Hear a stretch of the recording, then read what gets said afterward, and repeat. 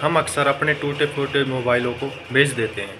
जो हमारे मोबाइल बेकार हो जाते हैं या जो ज़्यादा डैमेज हो जाते हैं, किसी वैसे बेचने के काबिल नहीं होते, उनको हम अक्सर जैसे गलियों में, गाँवों में और शहरों में अक्सर गलियों में डोलते हैं ना, टूटा फूटा मोबाइल बेच दो 500 रुपये में, 1000 रुपये में, 200 रुपये में, जिस तरह की कंडीशन होती है उस तरह से अक्सर हम बेच देते हैं कि बेकार है, लो सिम कार्ड तो निकाल ही ली है, और इसे बेच देते हैं।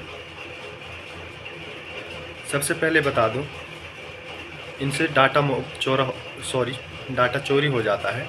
इसको डाटा के निकाल लेते हैं, क्योंकि सिम कार्ड सिर्फ हमारे जो कॉन्टैक्ट नंबर होते हैं उनके लिए होता है, ना कि हमारे डाटा के लिए।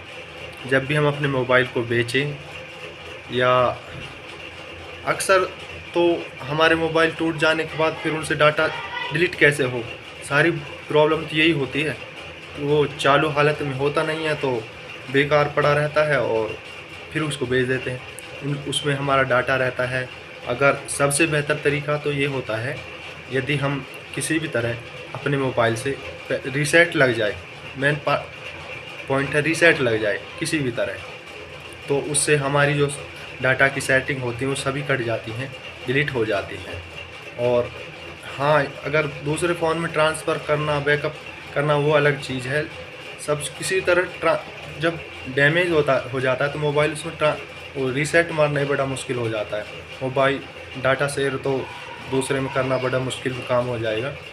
बस यही वो सॉल्यूशन है। ये ना सोचें कि हमने सिम कार्ड निकाल लिया है और इसको बेच दें।